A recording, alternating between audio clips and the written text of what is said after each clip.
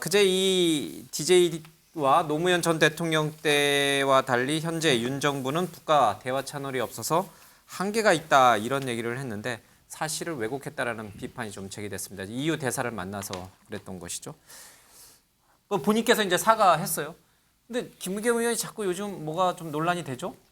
예, 일단 기본적으로 대변인이라고 얘기하면 예. 당의 공식적인 입장들을 제기해야 되는데 예. 제가 볼 땐 김의겸 대변인은 당의 공식적 입장 플러스 본인이 과거에 가지고 있던 사감 같은 것들이 계속 반영되는 측면들이 있는 것 같아요.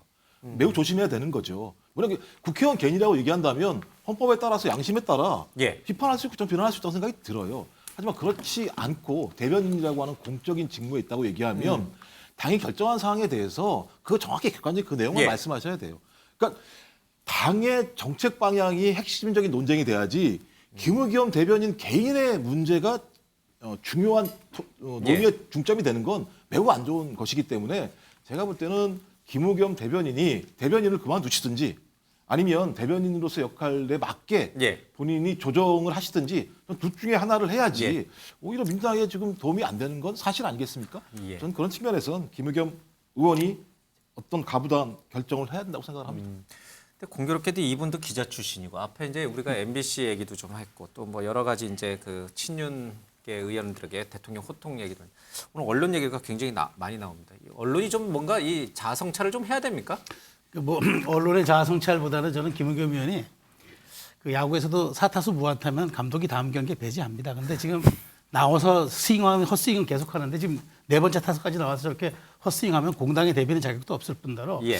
정말 그 프로야구에서 뛸 수 있는 선수가 맞는지 혹시 좀 제가 또 내려가서 조금 더 기량을 더 쌓아서 와야 하는 건 아닌지 좀 의심이 좀 듭니다. 근데 우리 형법에 외교 사절에 대한 모욕 명예훼손죄가 있어요. 특별 규정으로.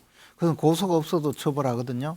김의겸 의원은 외교 사절 모욕죄 명예훼손죄로 처벌해야 돼요. 그걸 이제 주 EU 대사가 걸어야 되는 거예요. 아니요. 그러니까 그 보통 명예훼손죄는 고소가 있어야 논하는 예. 친고죄인데 친고죄가 아니거든요. 그러니까 그냥 그 우리 한동훈 저도 법무장관이 한마디 잘 해서 예, 예. 할 시간이 있습니까? 예, 1분 예. 정도 있습니다. 이 사안은 저는 사실은 그 소위 마리아 페르난데스 대사가 자연스럽게 그런 걱정을 했을 수도 있다고 보는데 예. 김의겸 대변인이 잘못한 것은 EU 대사를 보호해주지 않은 겁니다. 사실은 왜곡했다는 것보다는 내용상 걱정될 수 있다 이렇게 좀 품어줬어야 되는데 그 부분이 아쉽다는 겁니다. 사실은. 아니 그 네. 김형주 의원도 지금 외교 사절 모욕죄로 처벌받아요.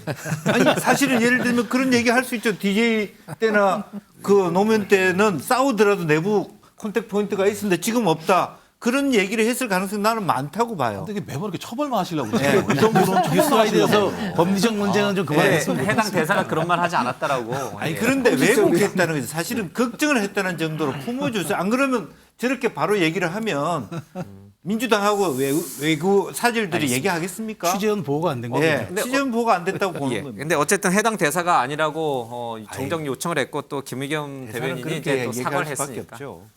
예. 너무 큰 실수를 하신 건 맞습니다. 김의겸 대변인. 알겠습니다.